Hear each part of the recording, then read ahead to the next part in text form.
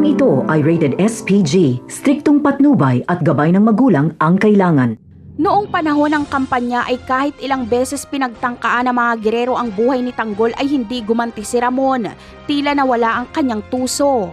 Ayaw kasi ni Ramon na makasira siya sa kampanya dahil gusto ni Tanggol ay lumaban ng patas.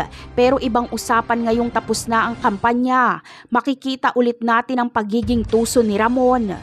Sa ginawang pag-ambush kila Tanggol ay ikakagalit ng husto ni Ramon dahil malalagay sa panganib ang tatlong mga mahal niya sa buhay na sina Tanggol, Marites at Don Julio. Kaya hindi ito mapapalampas ni Ramon. Magsasagawa siya ng operasyon para ubusin ang mga gerero. Si Roberto ang uunahin ni Ramon. Susugurin niya ito sa munisipyo. Samantala, palpak na naman ang pagpaslang ni Gustavo kay Pilar. Agad kasing makakatunog si Olivia kaya agad niyang maitataka si Pilar sa ospital. Nagkaroon ng bakbakan sa ospital sa pagitan ng mga tauhan ni Olivia at tauhan ni Gustavo. Ganti ito ni Gustavo sa pagsisiwalat ni Olivia sa mga tinatagong baho ng mga gerero.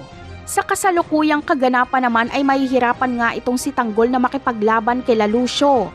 Pero kahit gaano kahirap ay kinakailangan niya itong mapagtagumpayan dahil umpisa pa lang ito sa kanyang haharapin ng mga laban kapag maging mayor na siya. Palpak sila Lucio sa pagpaslang kay Tanggol. Aakalain na naman ni Lucio na patay na si Tanggol dahil nahulog ito sa tulay. Pero kalaunan ay buhay pa pala ito. Napakarami pa nating dapat abangan sa mga susunod na episode. Paalam!